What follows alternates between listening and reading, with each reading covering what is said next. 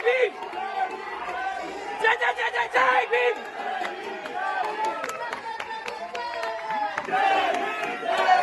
साथियों, दुनिया के तमाम देशों में, भारत ही नहीं दुनिया के तमाम देशों में जय भीम का नारा गूंजने लगा है। यह नारा चरितार्थ हो रहा है कि जय भीम का नारा गूंजेगा दुनिया के कोने कोने में। जय भीम एक नारा नहीं है, ये जय भीम एक विचारधारा है।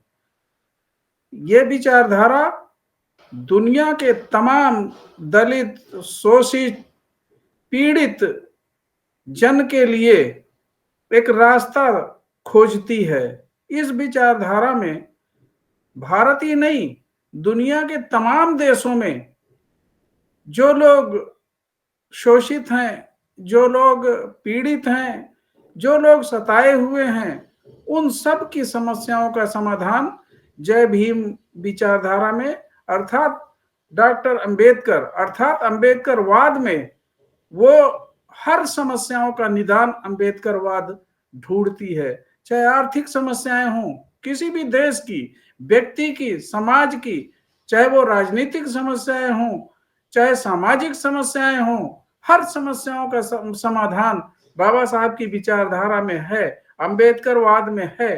जय जय जय जय जय भीम। ये जो जय भीम का नारा गूंज रहा है, ये आज से नहीं, बाबा साहब की विचारधारा जो दूसरे देशों में भी पसंद की जा रही है, बुद्धिजीवी लोगों के द्वारा पसंद की जा रही है, वो आज से ही नहीं। जब 1932 में लंदन में गोलमेज सम्मेलन हो रहा था, बाबा साहब ने वहां के किंग के सामने, वहां के प्रधानमंत्री के सामने, रामजी मैकडोनाल्ड के सामने जो उन्होंने तर्क पेश किए थे भारत की समस्याओं के संबंध में, उनके समाधान के संदर्भ में वो दंग रह गए थे। वहां की जो लॉर्ड्स थे, वहां जो संसद थी, ब्रिटेन के जितने भी बुद्धिजीवी लोग थे, वो बाबा साहब की स्पीच को सुनकर दंग रह गए थे।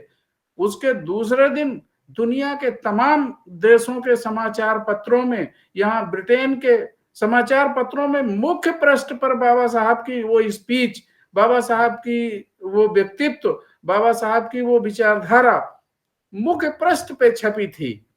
तो कहने का अर्थ यह है कि बाबा साहब 1932 से ही एक बुद्धिजीवी, एक राजनीतिक, एक कुशल वक्ता के रूप में, एक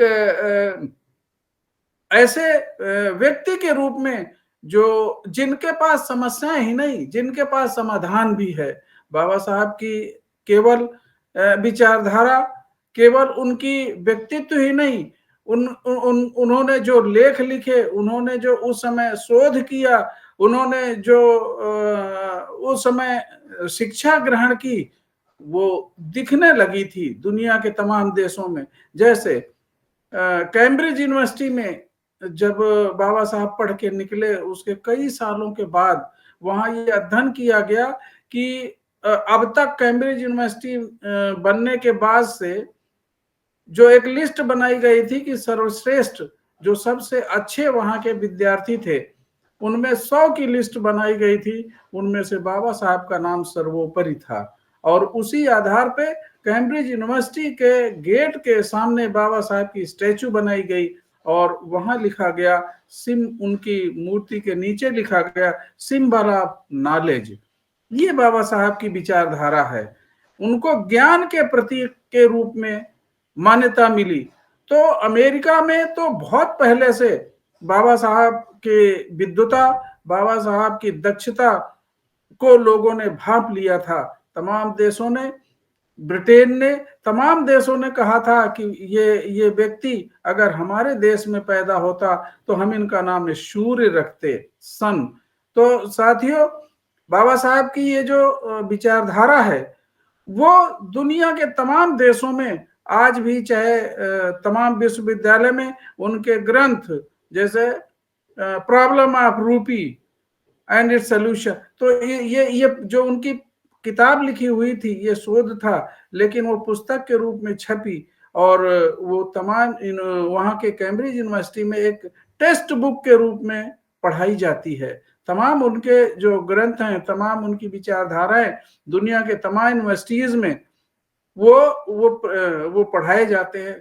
बाबा साहब ने केवल राजनीति में ही नहीं, उन्होंने आर्थिक क्षेत्र में, उन्होंने प्लानिंग के क्षेत्र में, कृषि के क्षेत्र में तमाम इस तरह के विचार व्यक्त किए, तमाम इस तरह के शोध किए जो आज भी दुनिया के तमाम देशों में पसंद किए जा रहे हैं।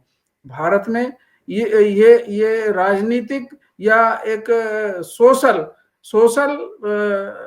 विषमता के कारण भले उनको किसी तरह से पीछे किया जा रहा हो या उनको बार बार उनको उनका नाम, उनका जो योग्यता है उसको दबाने की कोशिश की गई। यहाँ तक कि जब भारत के संविधान के लिखने की बात आई, यहाँ के तमाम नेताओं ने दूसरे देश से संविधान लिखने के लिए दूसरे देश से किसी व्यक्ति को बुलाने की बात की थी, लेकिन दूसरे देश के तमाम लोगों ने मना कर दिया था कि आपके देश में इतना विद्वान व्यक्ति जो कानून का विशेषज्ञ है, जो हर क्षेत्र का विशेषज्ञ है, और हमसे आप कानून संविधान लिखवाना चाह रहे हैं।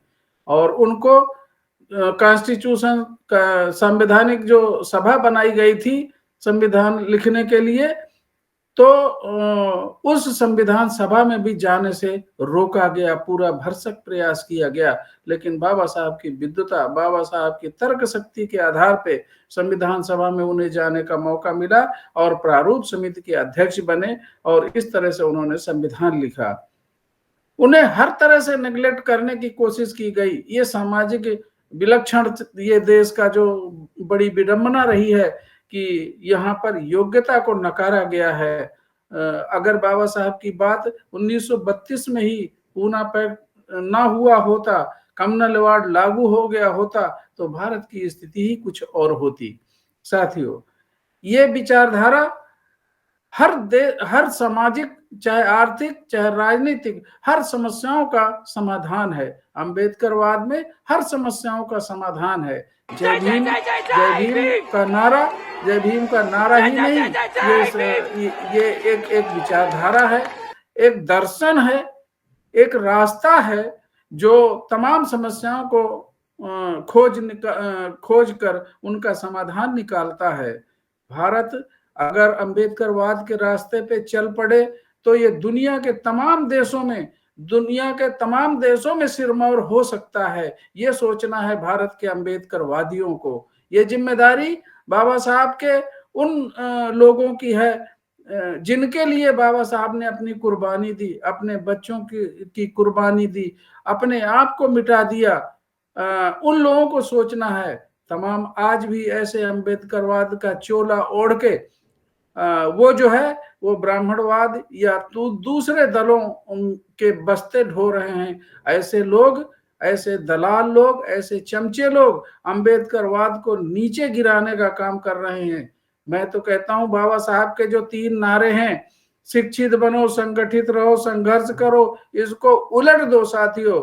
अब बाबा साहब का नारा टॉप पे होना चाहिए, आप उनका संदेश टॉप पे होना चाहिए। संगठित हो, चाहे जहां आप रहो, लेकिन संगठन को मजबूत करो। अम्बेडकरवाद का एक संगठन, जय भीम का एक संगठन, जय भीम एक संगठन की ओर इशारा करता है, अम्बेडकरवाद एक संगठन की ओर इशारा करता है। ये विचारधारा संगठित होने के लिए प्रेरित करती है। इस विचारधारा के तहत संगठित होके लोग अपनी समस्याओं का समाधान कर सकते हैं। इस देश में सही अर्थ में प्रजातंत्र लागू कर सकते हैं।